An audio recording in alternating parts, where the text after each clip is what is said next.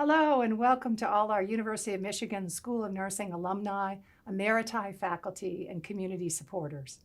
It's a pleasure to see you today and to share the news of this year's Distinguished Alumni Award. In 2017, the Alumni Award program was created as a means to recognize our alumni whose career contributions in nursing or healthcare have been distinctive, and whose career has had high impact on profession of nursing and the community. Each year, the choice of the recipient of the Distinguished Alumni Award is a challenging one because our alumni are some of the most accomplished nursing professionals in the world, supporting the health of people around the globe. I wish to honor the contributions of all of our alumni today and every day. Yet the Alumni Award is a special recognition of accomplishment. So please join me in welcoming Dr. Kathryn Katefien, Professor Emerita of the School of Nursing, who will present this wonderful award. Greetings. I'm Kathryn Katefien, Professor Emerita from the School of Nursing. It is my honor today to introduce Dr. Joyce Thompson as the recipient of the 2021 Distinguished Alumna and to be able to highlight the notable points in her stellar career. Dr. Thompson is a pioneer in her field. Her career and leadership across half a century have touched numerous lives across many countries worldwide. The award specifies criteria dealing with contributions to the nursing profession, scholarly and professional endeavors, and leadership citizenship, including her contributions to her alma mater. I will touch on these in no particular order. It is noteworthy that Dr. Thompson's education and professional work integrate in a seamless way both nursing and midwifery, in both of which she has distinguished herself. Although it has to be noted that midwifery has recognized her contributions with greater appreciation than has nursing, this award goes a long way in correcting that imbalance. Dr. Thompson's work became increasingly impactful and focused as she gained experience and advanced education, moving from local to national to international levels. Her impact is reflected in the scope and nature of her positions and work through professional societies and international bodies. Dr. Thompson has held formal positions at many research universities in the U.S. and overseas, as well as multiple positions as adjunct, visiting, or short-term faculty. All of Dr. Thompson's work have been both scholarly in nature as well as practical, which is to say, able to be adapted and applied to the demands and resources of the setting in which they are used. She has pioneered the development of global standards and core competencies for midwifery practice and midwifery education. Collaboration with colleagues has been a major part of her philosophy, both in the U.S. and internationally.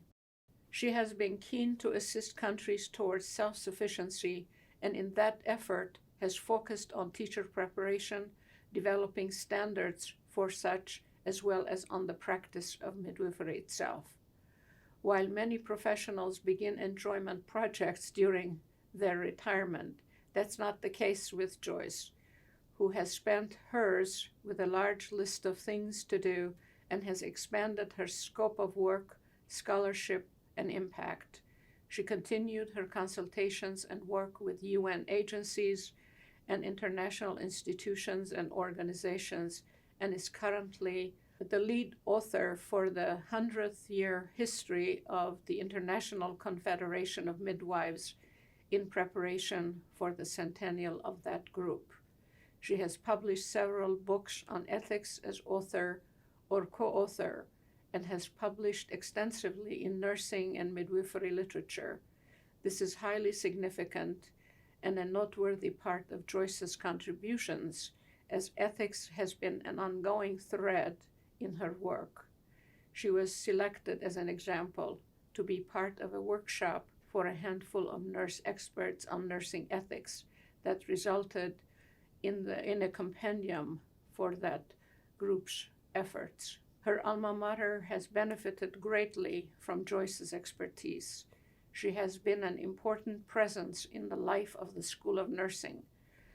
When the school embarked on the first nurse midwifery graduate program in Michigan, Joyce was pivotal in advising the faculty team on the design of the curriculum, faculty development, and accreditation issues, and continued her support during the formative years of that program, which attained and maintains a top national ranking.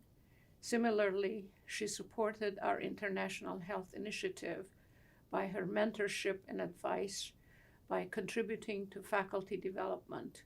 She then became our WHO Collaborating Center affiliate.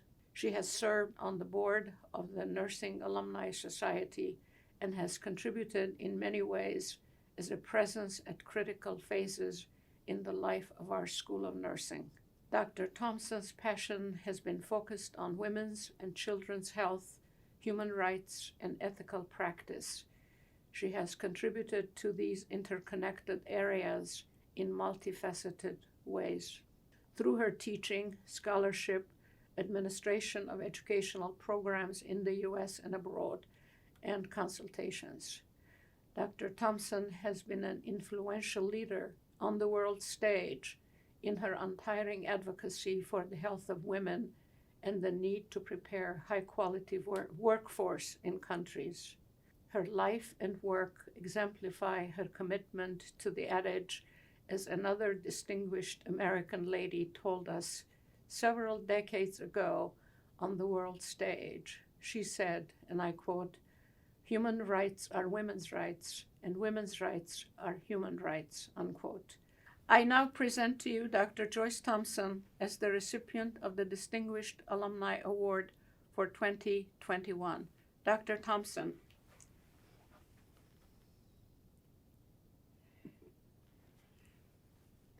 Congratulations. Thank you. Thank you, Dr. Katefien. I appreciate your introduction, and thank you, Dean Hearn, for making this a very special day for me. Greetings to all of you who might be watching this video. It's a very special honor for me to receive the 2021 Distinguished Alumni Award for my first alma mater, the University of Michigan School of Nursing. Though I've received many honors, as noted by Jacques, from other universities in the U.S. and internationally, this is the most important recognition in my life. I'm indebted to all those who have supported my nomination and my professional career for over 50 years. And in fact, this morning I figured out it was actually 61 years ago that I started here at the University of Michigan. So it has been 6 decades of association with this great university. This university and the School of Nursing are dear to my heart for many reasons. Needless to say, I am Go Blue through and through. I wanted to actually change the title of my acceptance speech, and I did on the way here before recording, and that title is The Power of One. The Power of One that began here at the University of Michigan in 1960. And the other thing that happened, serendipity or otherwise, is that my devotional this morning was 1 Peter 4, verse 10. Each of you should use whatever gifts you are given to serve others. And in many ways, that encapsulates my entire career. Let me explain a little bit about that. As I began to think about the best way to accept this Distinguished Alumni Award, several thoughts filled my mind. Among the most prominent was gratitude. First and foremost, I will be forever grateful that as a shy and quiet, although you might not know it now, yet spiritually strong young woman from a small farming community in mid-Michigan was awarded a U of M Regent Scholarship to study nursing at one of the best nursing schools in the country. I knew in the 7th grade that I was going to be a nurse, just like my mother, but was unsure how I would be able to pay for this education, and it was up to me to pay for it. Fortunately, my grades and my long-held commitment to becoming the best nurse I could be were the answers.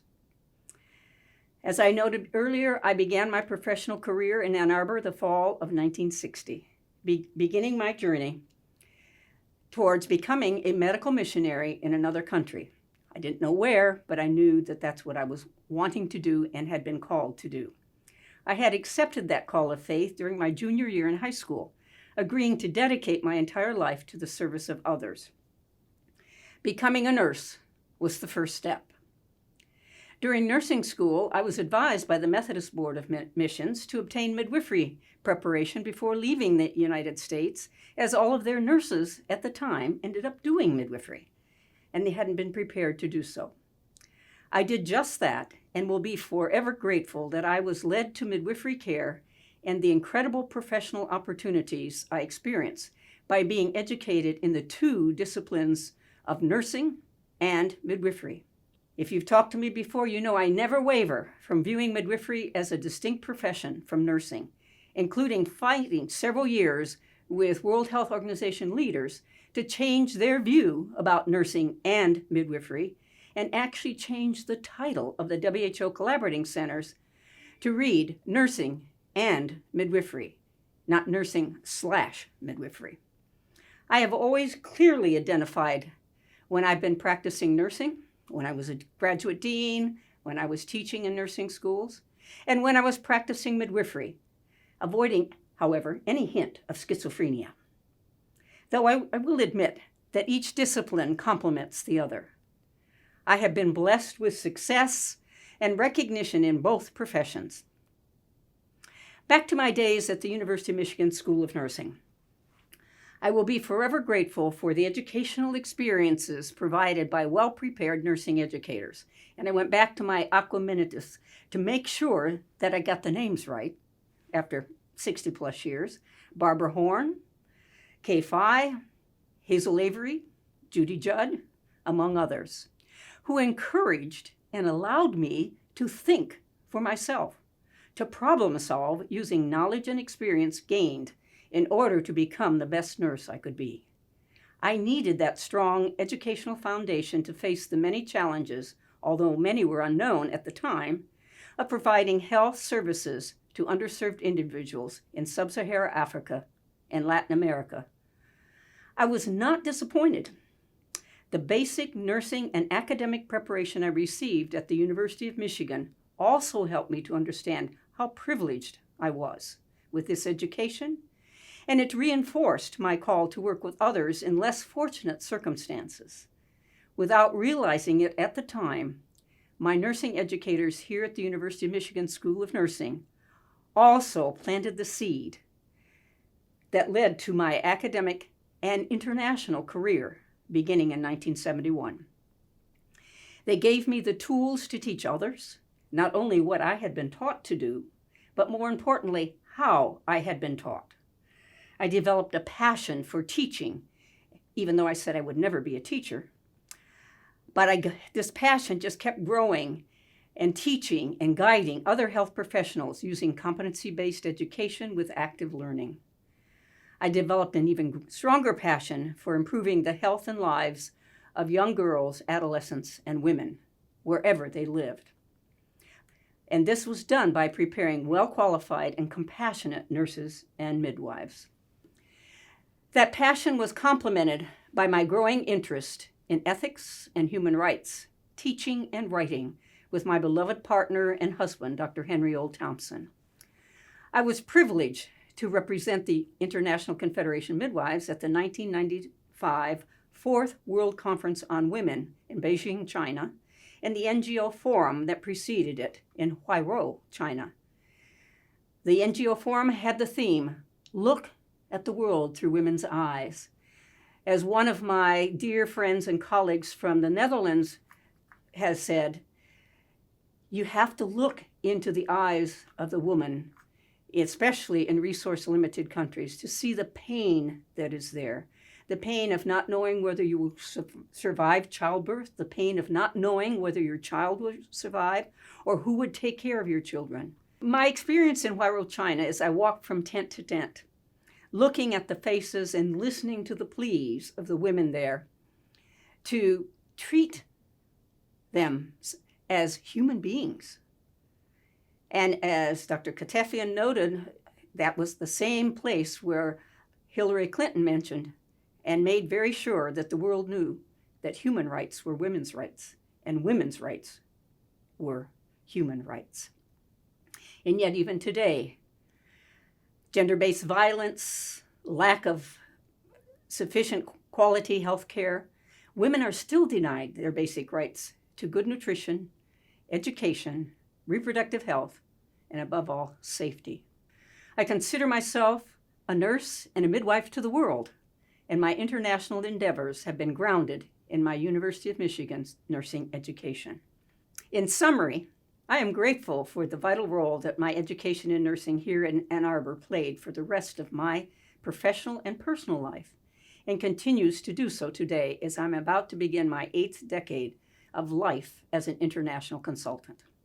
Thank you, Dr. Katefien, for believing in me and believing that I was deserving of such recognition from my alma mater. And to all my nursing and midwifery colleagues here at the University of Michigan, you are a blessing to me and today's students. I'm going to end with a challenge to today's nursing students. There are few essential ingredients for becoming the best nurse you can be. 1, learn everything you can about nursing.